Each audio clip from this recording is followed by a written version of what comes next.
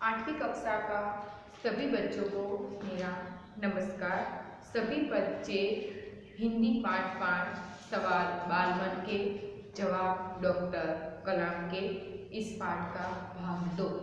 इस पाठ को आपको अपने पाठ्य पुस्तक में अच्छी तरह से पढ़ना है और मैं जो इस वीडियो में इस पाठ को समझाती हूँ वह आपको अच्छी तरह से समझना है।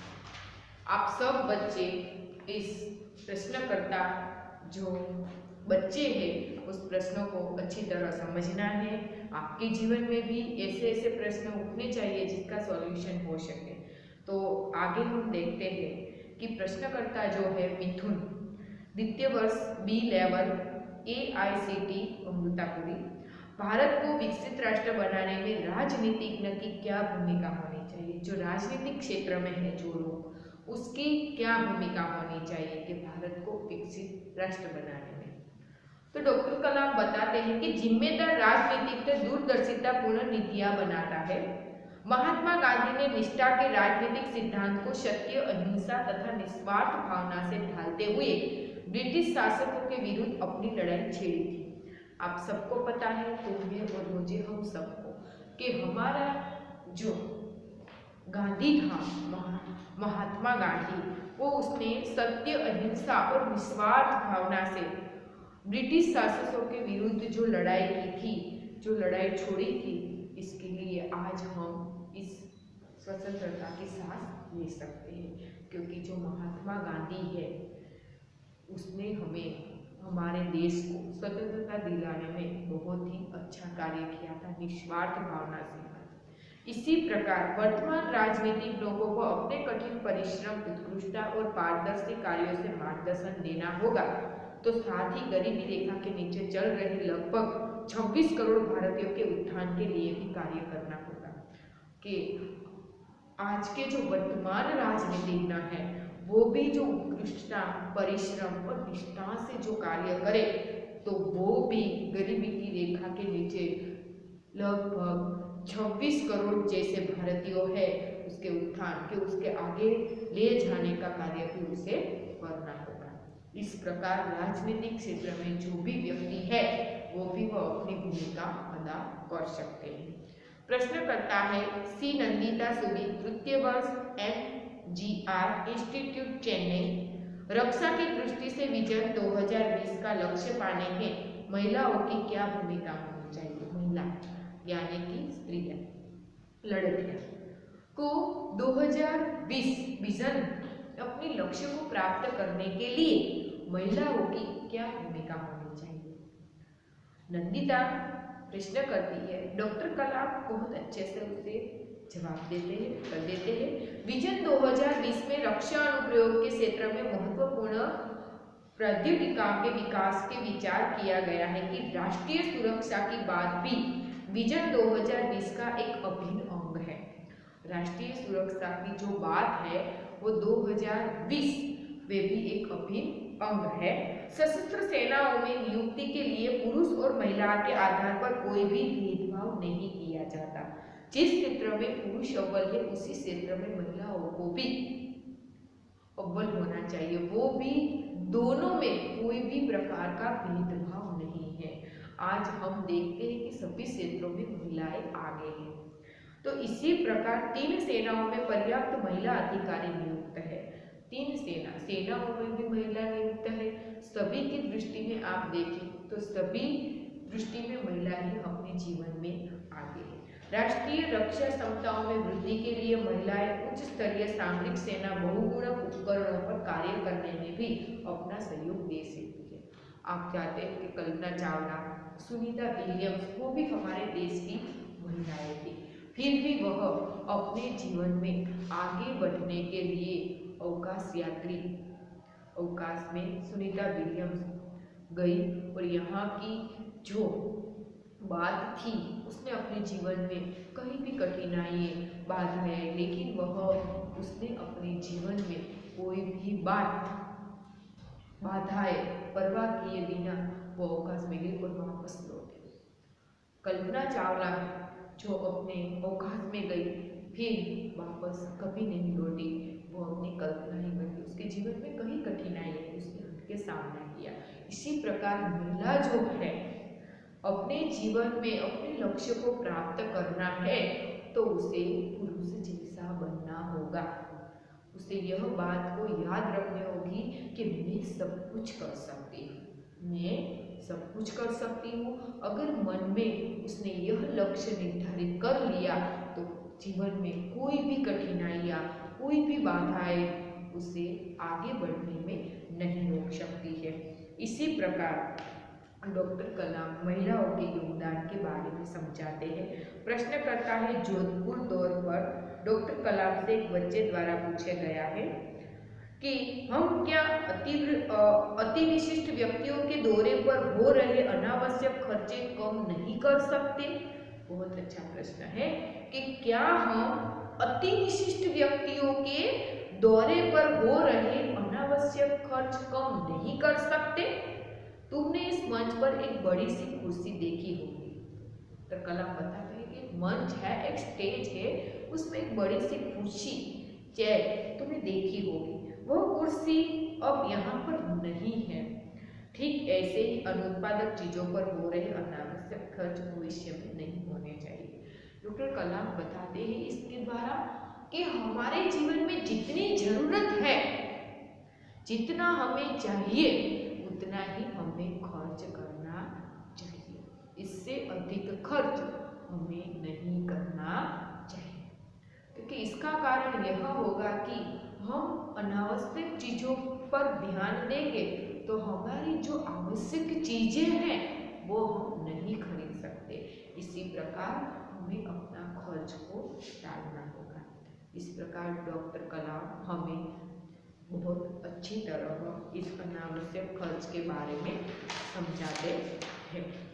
आपने समझा कि डॉक्टर कलाम ने किन किन क्षेत्रों में अपनी बचपन की कहानी से लेकर मातृभाषा को महत्व दिया, किसान, मजदूर, इंजीनियर को भी महत्व दिया। इस पाठ में कई सारे ऐसे बच्चे हैं जो उसने बहुत सारे डॉक्टर कलाम को प्रश्न किए और डॉक्टर कलाम ने उन सभी प्रश्नों का हल अच्छी तरह समझा दिया।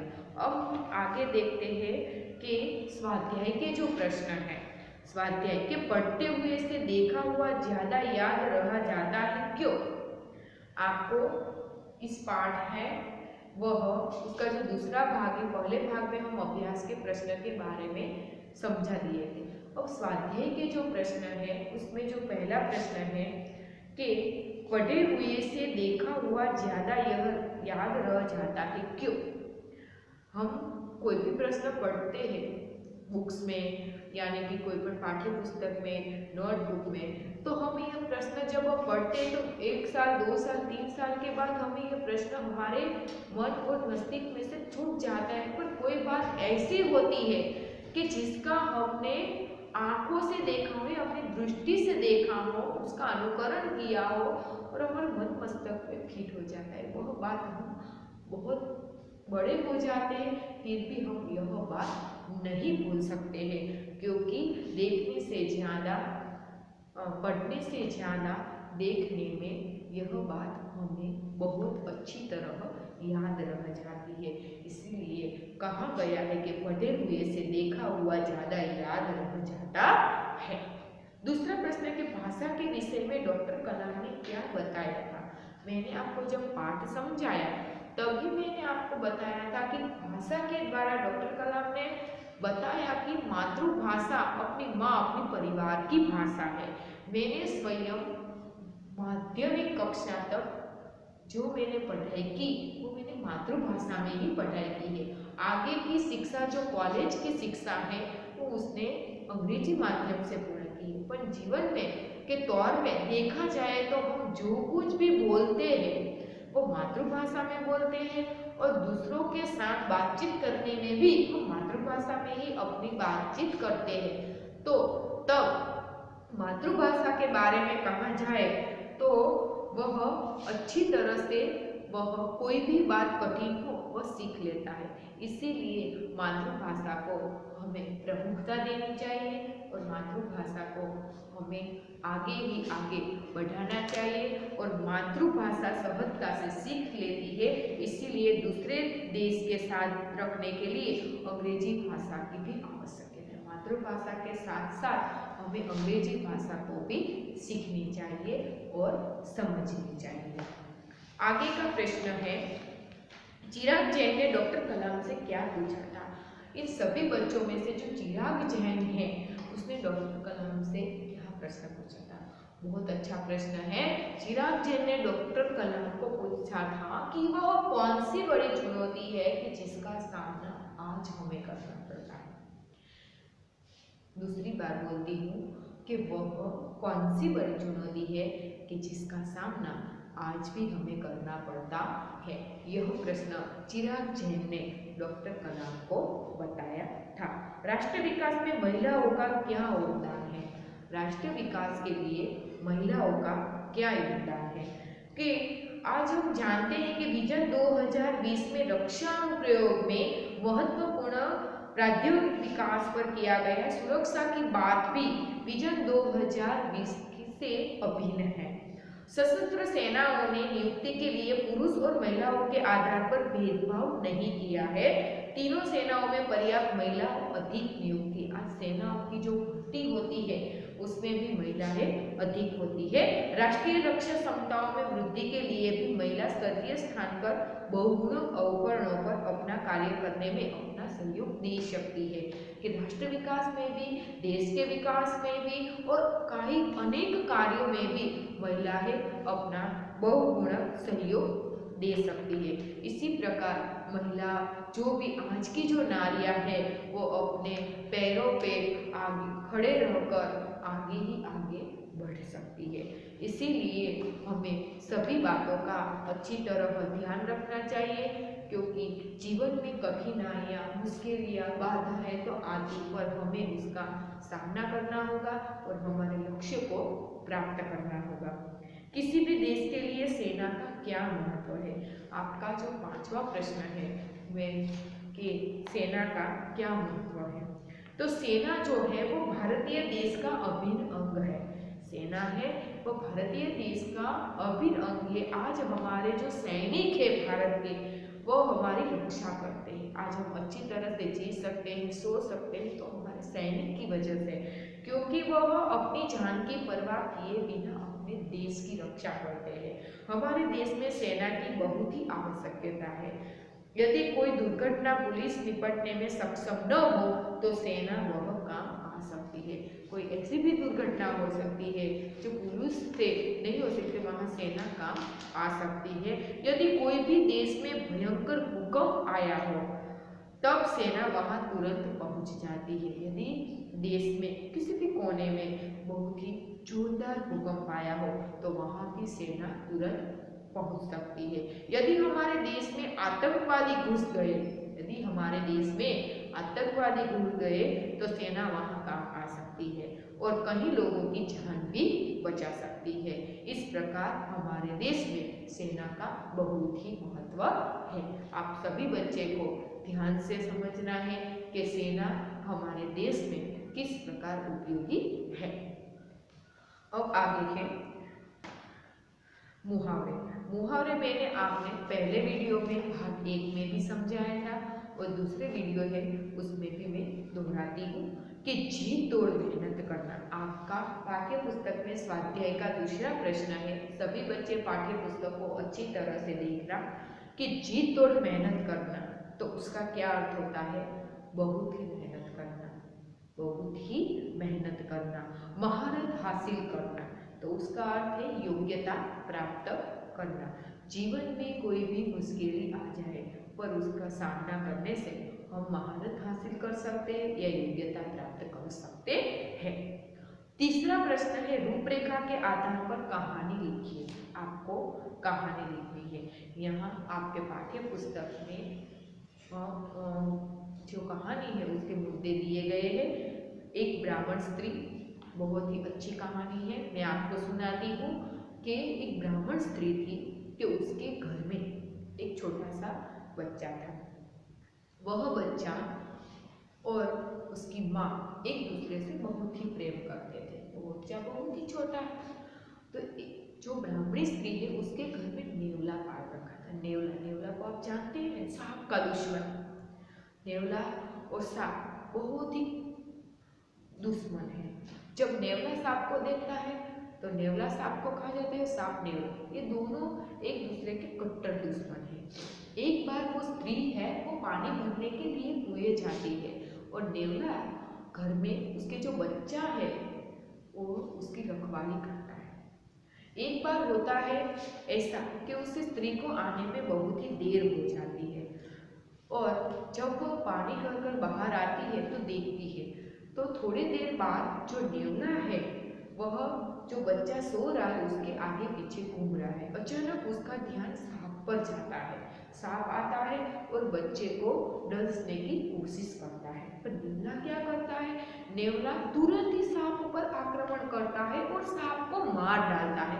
इससे क्या होगा, तो नेवला का जो मुख है वह खून से यानी कि लहू से भर जाता है।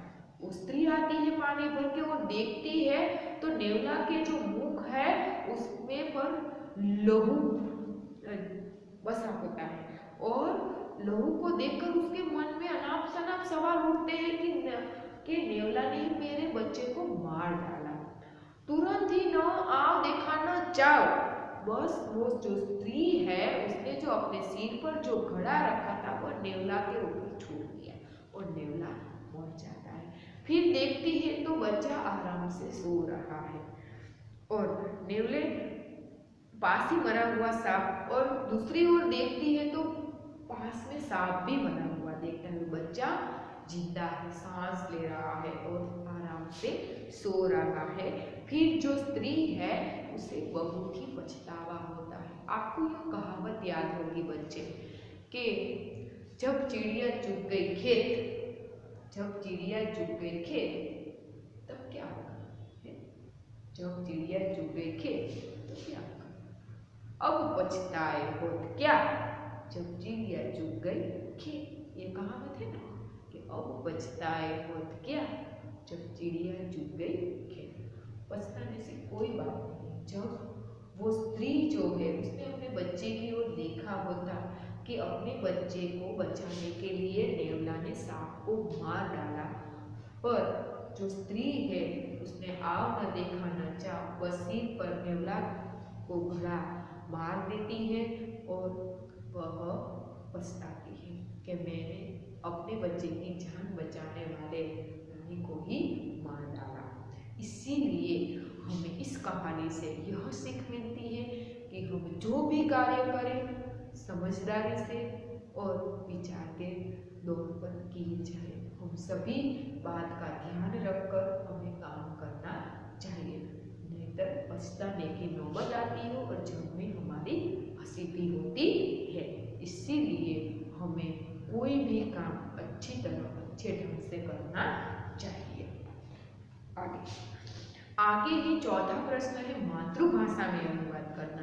आपकी जो परीक्षा है उसमें 4 मार्क्स से यह जो अनुवाद करने को आता है तो आपको आना चाहिए। किस प्रकार हम हिंदी वाक्य है उसका गुजराती किस प्रकार की है, मैं आपको यहाँ समझाती हूँ कि हमारे लिए संसार में सबसे अधिक मूल्यवान हमारा शरीर है। तुम्हारी जो पहली है पंक्ति कि हमारे लिए संसार में सबसे अधिक मूल्यवान हमारा शरीर है, तो इस वाक्य का गुजराती क्या होता है कि આપણા માટે સંસારમાં જગતમાં વધારે કિંમતી આપણું શરીર છે। शरीर के द्वारा ही हम सभी काम करते हैं। शरीर द्वारा ज આપણે બધું જ કામ કરી શકીએ છીએ। इसीलिए शरीर का स्वस्थ रहना बहुत जरूरी है। એટલા માટે शरीर स्वस्थ રાખવું जरूरी છે। शरीर को स्वस्थ रखने के लिए व्यायाम करना आवश्यक है। शरीर ने स्वस्थ રાખવા માટે कसरत करवी जरूरी છે। व्यायाम से शरीर मजबूत और सुडौल बनता है। कसरत थी शरीर मजबूत और सुडौल बने छे। अंग अंग में स्फूर्ति आती है। अंग अंग में स्फूर्ति आती है। अंग अंगनी ऊपर एकदम स्फूर्तिदायक ताजगी आवे छे। शरीर में आलस्य नहीं रहता। शरीर में कोईपण प्रकारनी आळस रहती નથી। તો આવી રીતે गुजराती तमे करी सको છો। जब बच्चे को परीक्षा में हिंदी फकरा यानी कि हिंदी में जो फकरा आता है, हिंदी में जो मातृभाषा में अनुवाद करने को कहा, तो सबसे पहले हमें हिंदी को अच्छी तरह पढ़ना चाहिए, फिर उसका मातृभाषा में अनुवाद करना चाहिए। आगे है भाषा शिक्षा, उसमें हमें सर्वनाम दिया गया है। मैंने आपको 7वीं कक्षा में जब आप पढ़ते थे तब मैंने आपको सर्वनाम को अच्छी तरह से समझा दिया था, फिर भी हम दूसरी बार उसका अच्छी तरह से पढ़ेंगे। आप सर्वनाम एवं अनेक प्रकार पढ़ चुके हैं। अब निम्नलिखित वाक्यों में सर्वनाम शब्द छांटिए तथा उनके प्रकार भी बताइए। आपने यहाँ देखा कि जो सर्वनाम है कि हम पाठशाला जाएंगे, तो सर्वनाम मैंने आपको बताया कि नाम की जगह जो शब्द होता है उसे सर्वनाम कहा जाता है। तो यहाँ आप देखते हैं पहले वाक्य में हम है, क्या है? हम। तो हम पाठशाला जाएंगे, तो हम नाम की जगह है, वो सर्वनाम है। वो किस प्रकार का सर्वनाम है? पुरुषवाचक सर्वनाम। किस प्रकार का है? पुरुषवाचक शब्द। दूसरा वाक्य है यह मेरी किताब है। यह जो वस्तुएं निश्चित है, जो वस्तुएं निश्चित है वह उसे निश्चयवाचक, यह मेरी किताब है, मैं श्योर हूं कि यह मेरी ही किताब है, तो वह निश्चयवाचक संज्ञा कहा जाता है। दूसरी है कोई आ रहा है। कोई, हमें पता नहीं है कौन आ रहा है, इसीलिए सर्वनाम को क्या नाम दिया जाएगा? अनिश्चयवाचक सर्वनाम। हमें पता ही नहीं कि कौन आ रहा है, इसीलिए उसे क्या कहा जाएगा? अनिश्चयवाचक शब्द। आगे का है तुम्हें क्या चाहिए। तुम्हें, तो क्या होगा? पुरुषवाचक शब्द। यहाँ कोई स्त्री की बात नहीं की है। तुम्हें क्या चाहिए? तुम्हें, तो पुरुषवाचक शब्द। आपको सर्वनाम और उसके प्रकार भी अच्छी तरह आपने समझ लिए होंगे। आगे है एक वचन और बहुवचन। आज मैं यहाँ खड़ी हूँ तो मैं अकेली हूँ, तो मैं एक वचन हूँ, पर मेरे साथ एक से ज्यादा शिक्षिका खड़ी है, तो उसे क्या बोला जाएगा? बहुवचन। मुझे कल गांव, मैं कल गांव जाऊंगा। आपका पहला वाक्य है पाठ्यपुस्तक में, मैं कल गांव जाऊंगा। मैं, पर उसे बहुवचन के रूप में कैसे पेश किए जाएंगे? हम कल गांव जाएंगे। हम, मैं अकेली नहीं, हम एक से ज्यादा, तो क्या होगा? बहुवचन। हम कल गांव जाएंगे। तो आपको एक वचन और बहुवचन दोनों में अंतर है, दोनों को अच्छी तरह बच्चे आपको समझना है। मेरी किताब कहाँ है? मेरी जो किताब है वो कहाँ है? आपको पता होना चाहिए कि मेरी किताब कहाँ है। मेरी, अगर आपको उसका बहुवचन करना है तो कैसे करेंगे? हमारी किताब कहाँ है? सभी बच्चे, एक बच्चे की बात है, एक बच्चा कह रहा है कि मेरी किताब कहाँ है, पर एक से ज्यादा बच्चे बोलते हैं कि हमारी किताब कहाँ है, तो वो वाक्य कैसा बन जाता है? बहुवचन। तीसरा वाक्य है उसे कल बुखार था। उसे कल बुखार था। और यहाँ क्या बताया कि उन्हें कल बुखार था। उन्हें, उसे का बहुवचन क्या होता है? उन्हें, तो उन्हें कल बुखार था। यह कौन है? प्रश्न किया, यह कौन है? और उसका यह है, उसका बहुवचन होता है ये कौन है? ये, यह, तो ये बोला जाता है कि ये कौन है। इसी प्रकार तुम्हें क्या चाहिए? तुम्हें क्या चाहिए? तो तुम्हें क्या चाहिए? तुझे और तुम्हें, तुझे एक वचन का शब्द है और तुम्हें जो है वह बहुवचन का शब्द है। इसी प्रकार तुझे क्या चाहिए, तो एक वचन का बहुवचन कैसे किया जाता है? तुम्हें क्या चाहिए। इस प्रकार आपने देखा कि एक वचन का बहुवचन कैसे किया जाता है। आगे है आपका जो प्रश्न है, उपयुक्त रेखा के शब्द में मैं, मेरी, उसे, यह, तुझे सर्वनाम के एक वचन रूप है, जबकि हम, हमारी, उन्हें, ये और तुम्हें, उनके बहुवचन के रूप है। तो कोष्टक में दिए गए सर्वनाम शब्दों के उचित रूप से रिक्त स्थानों की पूर्ति की जाए। यह जो है रिक्त स्थान की जो पूर्ति है वो कैसे की जाती है, तो आपको कोष्टक में शब्द लिखा है, पर इस शब्द का उपयोग आपको किस प्रकार करना है बहुवचन के रूप में, यह आपको लिखना है। पहले रिक्त स्थान है, यह कार्य मुझसे नहीं हो सकेगा। यहाँ मैं क्या है, मैं, तो मैं की जगह यहाँ कौन सा शब्द आएगा, मुझसे। मैं ही लिखूंगी तो अच्छा वाक्य नहीं लगेगा। यह कार्य मैं नहीं हो सकेगा, अच्छा लगेगा नहीं, तो मैं की जगह यहाँ मुझसे आएगा। क्या आएगा, मुझसे, कि यह कार्य मुझसे नहीं हो सकेगा। बच्चे अच्छी तरह से ध्यान रखना, फिर रिक्त स्थान की पूर्ति करनी है।